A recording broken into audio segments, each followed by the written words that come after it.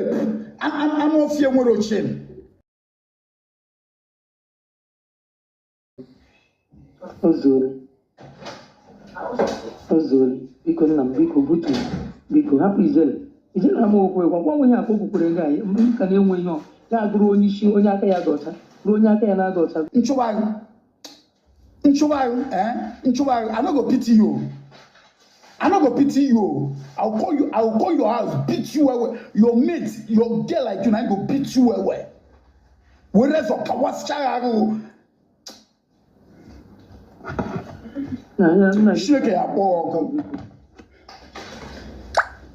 If for this idiot, whether you like it or not, you must accept the truth. Whether you like it or not, you know, I like it. I will open now open ground. When I like it, I demand open ground. Yes, we home intelligence scholar. And what I was going to the year, Mamma, Then the village girl, I'm anything. When you challenge Abuja, challenge airport, name a video outside. At your media port. Make you looking funky. Yes. So, what's here? I'm good to level of understanding the war, level of understanding the two poor. And I'm telling you the truth. So only 3 down where you're going to get level of understanding. I can't even understand. Okay, get for your government.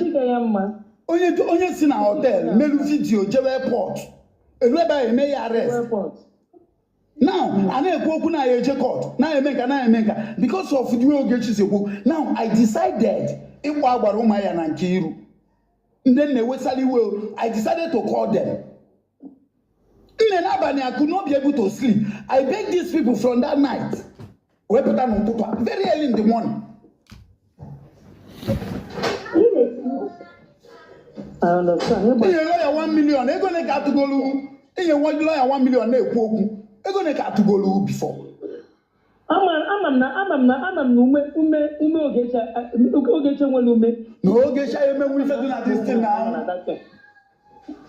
Okay,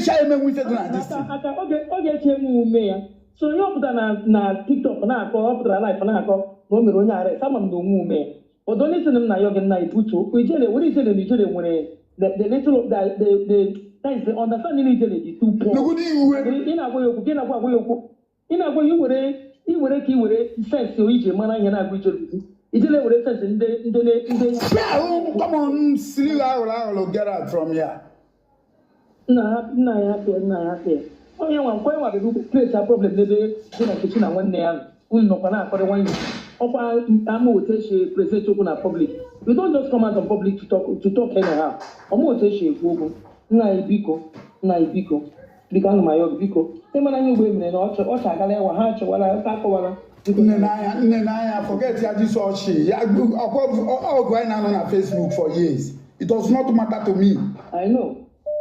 I know. It does not matter to me whether I'm at church or not at church. Get up with Salmon or church. Biko, cool, no? Judge is about me. I will go if you bring your page down. Happy one. You go now, you're getting out. I just strong of Anya Banini and more happy one. You will hear that I am. So I am what I don't know. Get the great when you do one other. It's a tackle one. You need another. You can't teach you. Even all her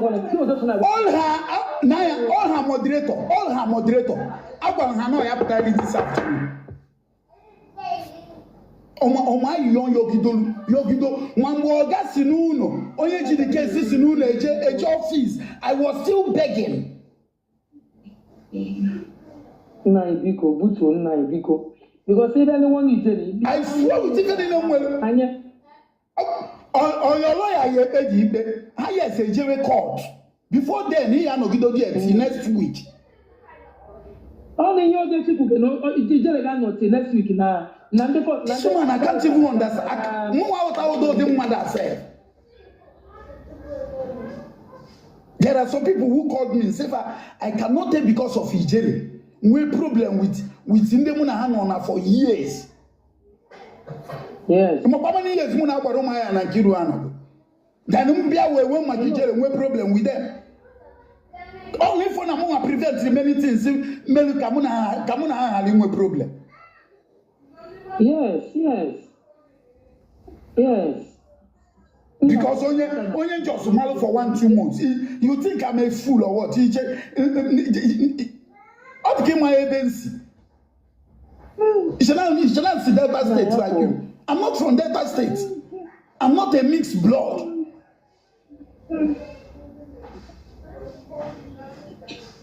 Imagine this idiot. Because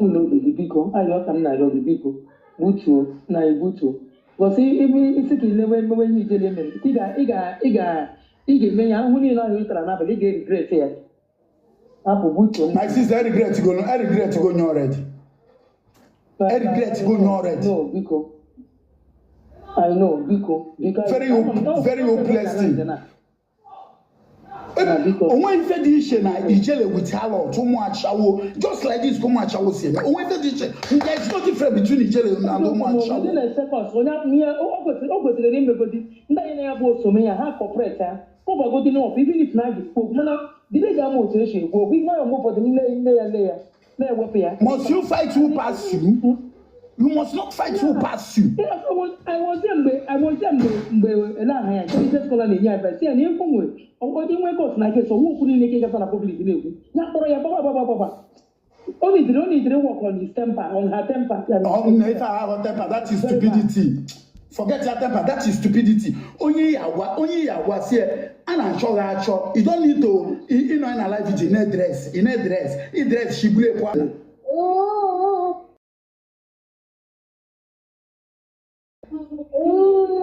That's what I'm saying. One manner of approach.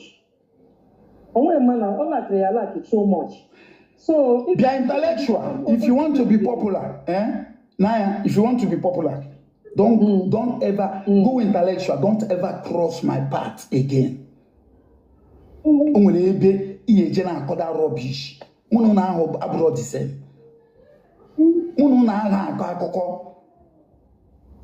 That's what you do. At the end, that's what imagine this idiot. What is going on? On our check make it up. Then they go through your phone. What do you think that will happen?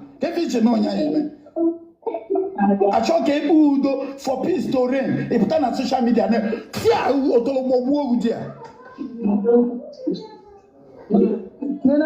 look at the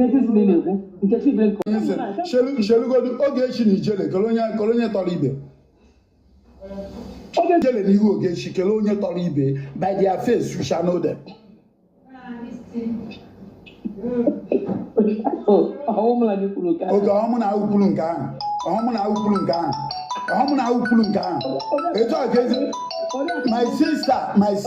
My sister, if you want to analyze something, analyze it well. If you should analyze, if you may analyze very well.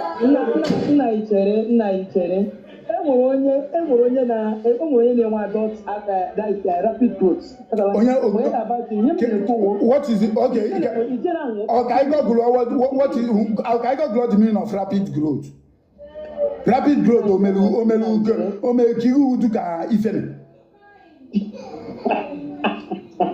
only who can like Naya, pay attention. I show me GK web with a TikTok saga. I show me GK web with a TikTok saga. I show me GK with a TikTok saga. Oh, no, I'm not going to prevent because here you na TikTok have so much. So much on a TikTok, I'm telling you the truth.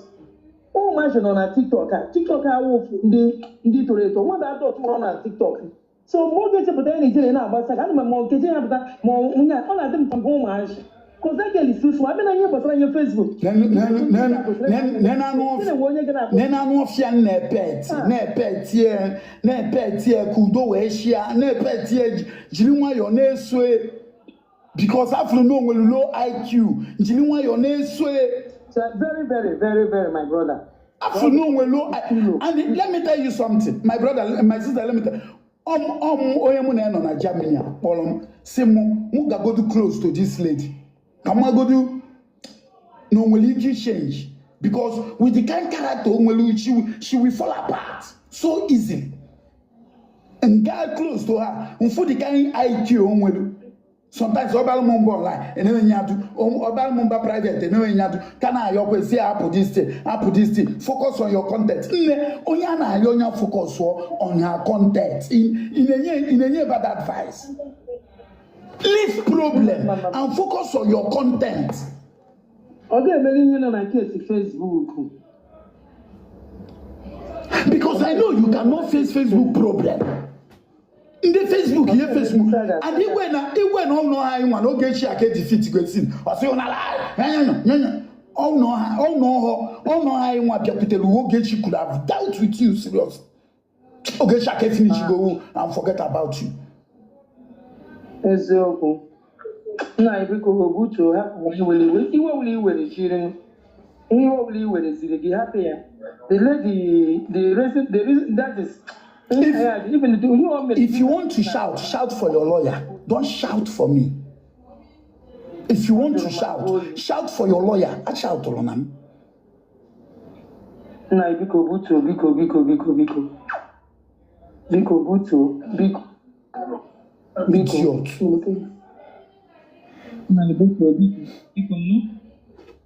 The only person who will not even regret Nkechi Benko. Because Nkechi Benko is a useless woman. So I will not regret having problem with Nkechi Benko. And I go talk until next year. I go talk until next 10 years. Nkechi Benko don't have a common sense. It's okay, Naibiko. Nabia Balmomba. Kambu when. The one now for my and Kiru Yogidolu since yesterday night. Do you know how I brought myself down? Do you know how I brought myself down to even approach them? Because all the other go issue. So now what am I going to do? I think over this thing. Can look at a dissolve this matter. Then how can we dissolve this matter? If you want to carry the matter forward, you will not win the case. Because Ebuli and Ambelede, if any need on a phone, you can intact, won't go up. Manu do Mwine, can do intact. So what are we going to do? We got no option than to plead. You need to plead. Any delay or biko.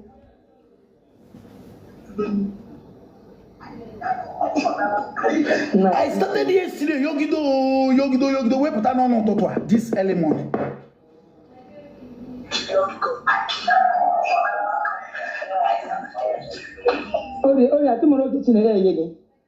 Yes, okay, she need to help me now. I am out this guy now. You need go and Ogechi is free to help me. That is nothing. Ogechi is free to help me now. Oh, Saga Iwana for a long time. How many years I know Ogechi was Saga? 9 years. In Aguana, in shape of Facebook, TikTok, na mama na my enemy at No, it's not possible now. I know because I'm not daft.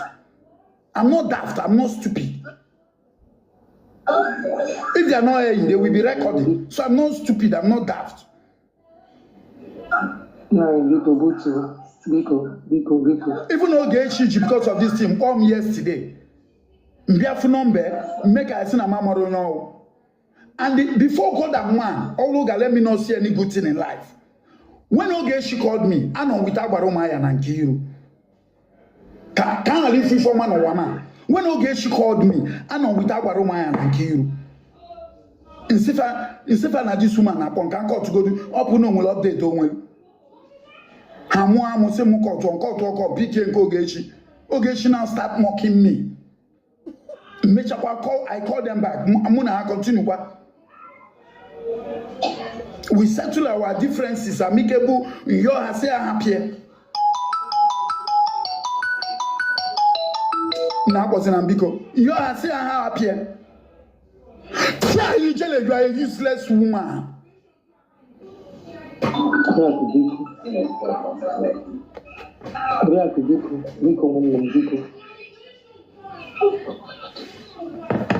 All Lagos. Lagos Kano. I was one of that is Jeju princess. It what way? Jeju princess. Jeju get Chicago on your princess be sule. It what way? I don't need to go police for you. Or Kataka IGBO visiting. Then you will learn in a hard way. You must learn in a hard way. You better know, man.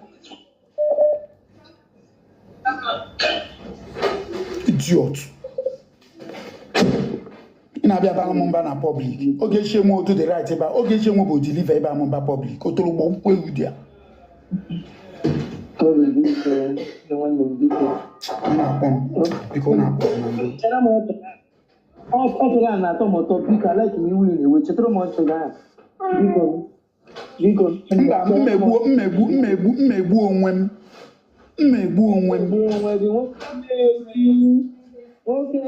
Because I try to avoid problem.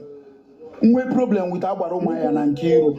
Problem with Abaromaya and Kiru. And she Suzurujo. Only Chokamuna and problem, which is in Keshi. Nobody again. It's better I have my peace of mind.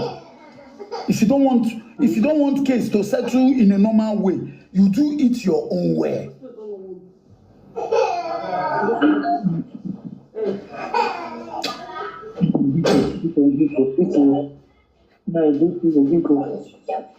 And I'll be a Balamumba.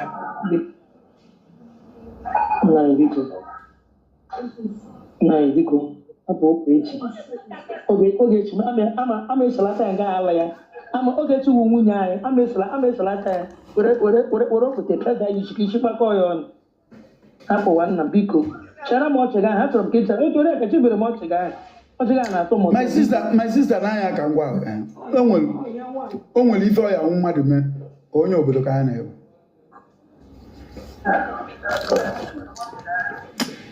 I'm going to visit or can go to my visit.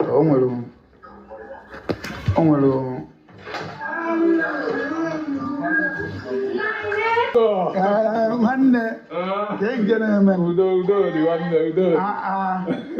We are most selling one year. As you mother can't get a man. I shall know all man of the one who knew Moto. Okay, Dutchland. How are you?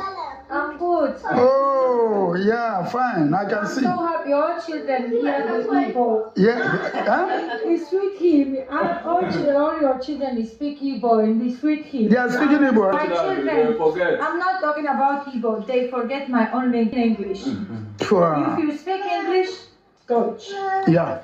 They are magic language, I don't know. And even they force me to Mama, it is Christian Hispanic. Well, no, but you will continue teaching them. It's very, very nice. Yeah, there is. You know why I decided to wait? Because we come here. Yeah. They need to know the language. Yeah. And 10 years old, 17 and 16 speak normal, my language, English also. Yeah. And 11, Mariam is coming, 11-year-old. Yeah. She's not speaking, she speaks like when someone is coming to your country. Yeah. No, it's normal. It's normal. It's normal. I can't get them. I can't buy it.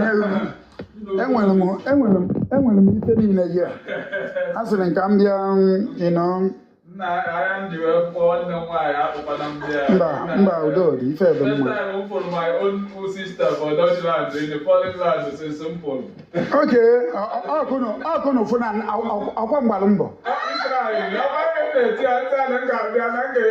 Is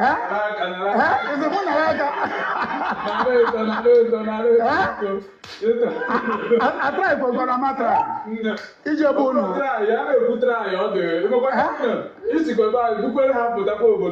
I'll give a Marina. I'll give a Marina working a becha. Namamunka, or Hennessy. No. Conca. Can you show or Hennessy Conca call this particular one? And when Ebu or Canco. I'm not, but if I'm a kid, I'm more over Even there, can we show it? Just call me, shall make me. Okay, go on. Why all Nigeria stop paying me? Okay, football, dear. I'm one, man. I had to born at Dutchland. I'm one.